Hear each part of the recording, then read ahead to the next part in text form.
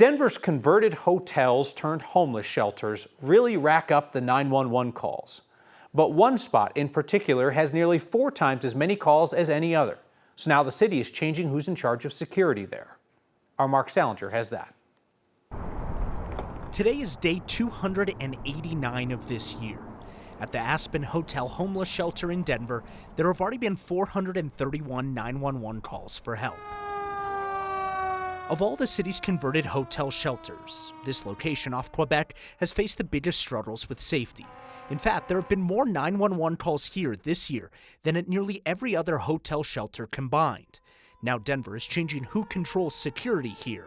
Again. Are the people who are living in these shelters getting the services that they should be getting? Denver City Council is being asked to approve nearly $10 million for a new contract next year to run this shelter. That's nearly $3 million more than the cost of the contract was this year to operate that same shelter. The change? Security. 1.3 or 1.4 million is security costs that weren't in this contract last year, so that's why you're seeing the big jump. But city leaders are going back to a plan that didn't work for them the first time they tried it.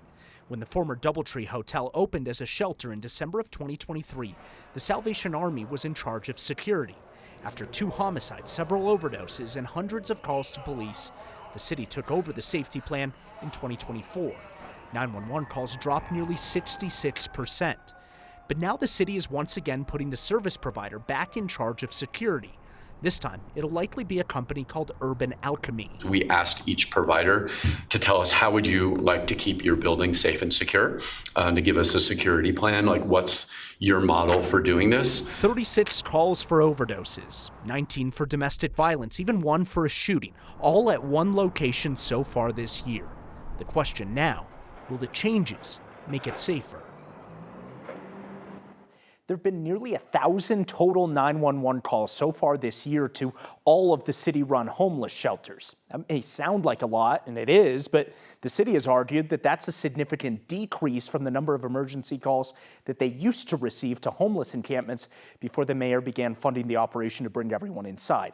For context, in 2023, DPD responded to between 7,000 and 8,000 calls to homeless encampments all around town, Kyle. Mark, what makes the city so confident that turning security back over to the provider is going to work when it was such a failure last time? So money is the answer. Now they're making all the contracts performance-based. So if you get positive outcomes, you get paid more. These performance-based contracts is how the city is going to do all of their homeless contracts from here on out. Gee whiz, what an idea. It's all about money. Mark Salinger, thank you.